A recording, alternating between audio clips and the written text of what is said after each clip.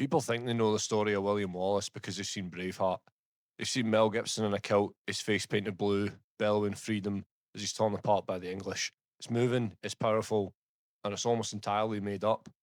Let's strip it back. Myths first. In the film, Wallace and his men wear kilts and smear themselves in woad, like Pictish warriors thousands of years earlier.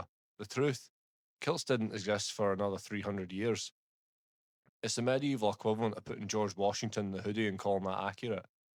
King Longshanks is also shown enforcing a grotesque law of prima nocta, sending English lords into Scottish bridal beds. Well, grotesque or fantastic, depending on what side of the aisle you're on. This was never a thing. It's Renaissance slander dressed up as medieval cruelty, a narrative hammer to make the English king into a pantomime villain. The Irish on the battlefield as well are shown charging towards the Scots, only to embrace them mid-battle as Celtic brothers. That never fucking happened. Not at Falkirk, not anywhere. It's Hollywood wishful thinking. Or at least modern day Scottish wishful thinking.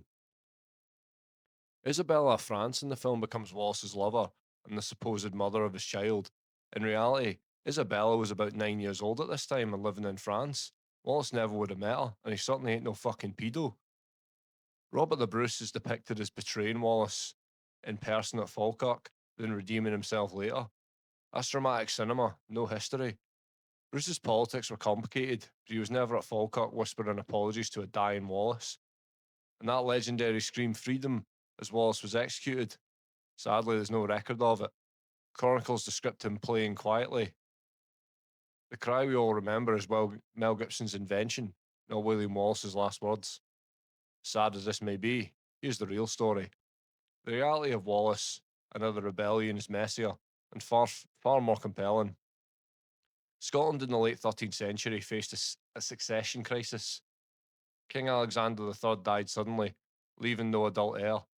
His granddaughter, the Maid of Norway, died on the voyage home. With no clear line, the Scots asked Edward I of England to arbitrate between rival claimants.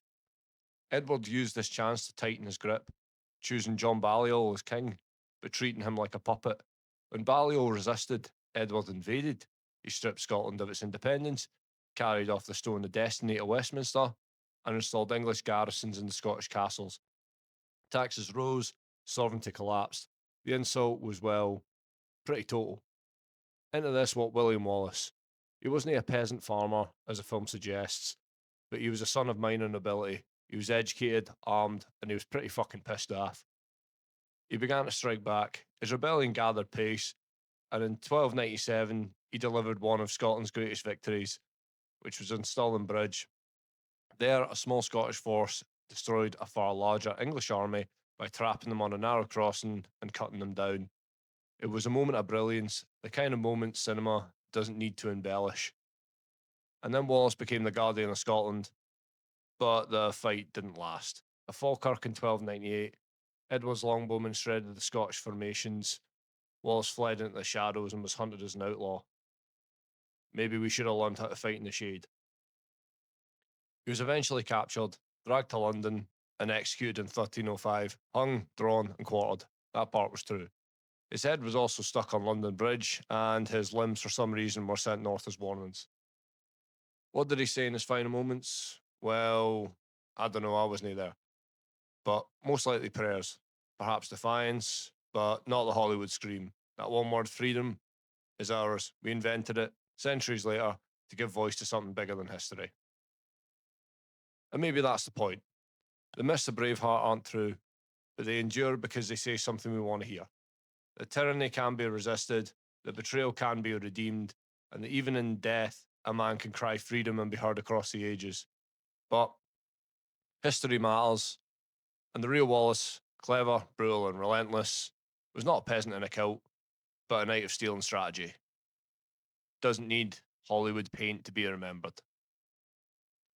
Right, okay. Seeing as we've gone through that normally, I don't know where that last guy came from or went. And freedom. Oh yeah, by the way, like and subscribe and get a prima nocta to your wife.